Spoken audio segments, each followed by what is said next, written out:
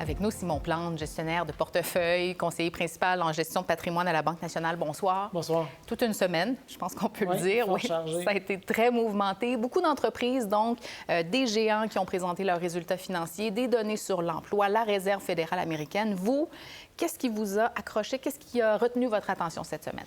Bien, à date, c'est une semaine chargée de résultats. Puis, dans le fond, on publie les résultats du dernier trimestre de 2023. Puis, ce qu'on découvre, c'est que 80 des sociétés qui ont publié leurs résultats jusqu'à présent, en fait, c'est la moitié des sociétés membres qui ont publié leurs résultats, 80 dépassent les attentes.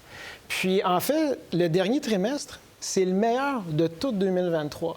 Donc ça surprend beaucoup les investisseurs parce qu'on se dit, bien, finalement, la médecine des banques centrales vont faire leur effet, les entreprises vont ralentir les dépenses, le consommateur va peut-être moins dépenser durant la période des fêtes. C'est pas ça qu'on voit. Non, aucunement. L'économie américaine est beaucoup plus résiliente. Puis ça confirme des données qu'on vient de voir dans les dernières semaines, vous l'avez mentionné, mais le PIB américain au dernier trimestre est en hausse de 3,3 on voit une vigueur au niveau de l'emploi. L'inflation salariale. Donc, jusqu'à présent, on peut parler de l'exception américaine là, sur l'échiquier mondial. En même temps, on a tous ces géants qui semblent aller bien. Là, je parle de géants, mais des entreprises américaines qui semblent aller bien, l'économie qui va bien, mais on a toutes sortes de signaux. On a UPS, par exemple, cette semaine, qui abolit à peu près 12 000 emplois. Il y a Google qui dit on va continuer de faire des choix difficiles, on va se recentrer sur nos priorités. Et on avait un bilan là, pour le mois de janvier, à peu près 25 000 postes éliminés dans le secteur des technos, entre autres. Donc, d'un point de vue économie, on se dit que c'est pas bon pour le marché de l'emploi, mais d'un point de vue investisseur, c'est perçu autrement. Bien, c'est ça. L'objectif, là, selon les attentes du marché, les sociétés devraient voir une croissance de leurs profits cette année de 10 C'était quand même une grosse commande. La surprise qui a tenu tout le monde, c'est la croissance des ventes, qui est au-dessus des attentes. Mais comme vous l'avez mentionné, le mot d'ordre au niveau des entreprises en ce moment, c'est la gestion de coûts.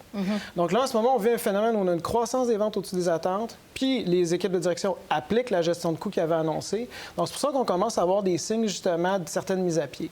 Par contre, il faut nuancer, comme on a vu dans les résultats au niveau du chiffre d'emploi, le taux de chômage est encore à 3,7 C'est très faible. Donc, je crois que les sociétés, cette année, vont poursuivre leur ménage.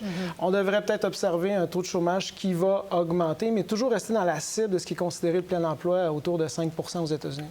Bon, alors, on ne semble pas se diriger vers la catastrophe, vraiment loin de là. Et quand on regarde, entre autres, les entreprises dans le secteur techno, on a des résultats financiers qui sont, pour la plupart, au-dessus des attentes. On les appelle les 7 magnifiques, là, les grandes entreprises. On a eu Tesla, en plus, la semaine dernière, qui a publié ses résultats.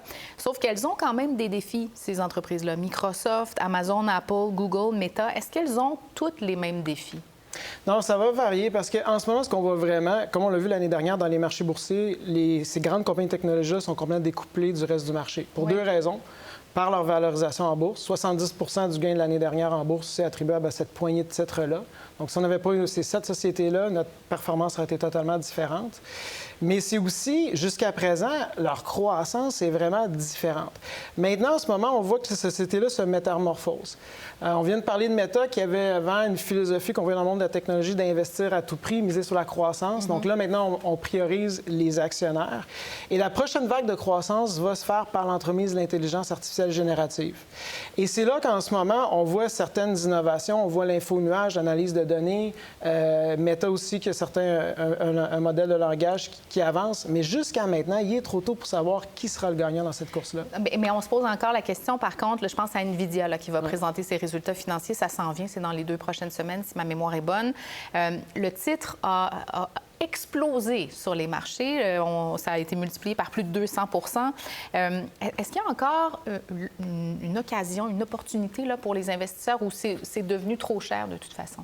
Bien, je pense que sur le moyen terme, ces sociétés-là ont vraiment un vent d'eau vers une direction où on se dirige en intelligence artificielle. Par contre, les attentes sont vraiment élevées. Bien, c'est ça. Donc, il faut se rappeler, là, si on recule sur 5 ou 10 ans, ces sociétés-là, lorsqu'elles publient leurs nouvelles, sont très volatiles. Donc, quelqu'un qui songe à s'exposer à ces titres-là, je crois qu'ils ont une pertinence d'affaires. Par contre, peut-être regarder de les acheter sur faiblesse. Bon, ça, c'est pour tout le secteur des technos. Si on se concentre sur le message qui concerne l'économie, la Banque centrale américaine a laissé entendre un petit peu plus tôt cette semaine que pour les baisses de taux, il va peut-être falloir attendre un peu plus longtemps. On semble vouloir être prudent. Qu'est-ce que ça veut dire, ça, pour la volatilité sur les marchés? Parce que les attentes étaient assez fortes d'une baisse de taux imminente. Oui, exactement. Donc, le marché avait évalué une baisse, puis je pense que c'est très raisonnable de s'attendre qu'on observe cette baisse-là dans la deuxième moitié de l'année, surtout aux États-Unis, parce que, comme j'ai mentionné, croissance du PIB au-dessus des attentes, l'inflation salariale presque à 5 Donc, le consommateur va être au rendez-vous. Puis, actuellement, on a vu les chiffres de l'emploi au-dessus de 350 000 emplois créés. Ça veut dire que les entreprises investissent. On ramène le manufacturier en Amérique du Nord. Donc, probablement, le marché va être quand même... Il faudra observer ce qui va se passer au niveau de l'inflation, mais probablement, le marché peut avoir certaines déceptions au niveau de l'atterrissage en douceur s'il va se faire si rapidement, là.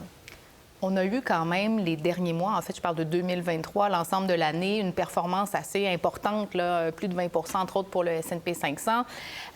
Et ça se poursuit d'ailleurs pour le mois de janvier, ça a été très positif également. Est-ce que dans ce contexte, on est encore sur une lancée où on est dû pour une correction, si on peut dire?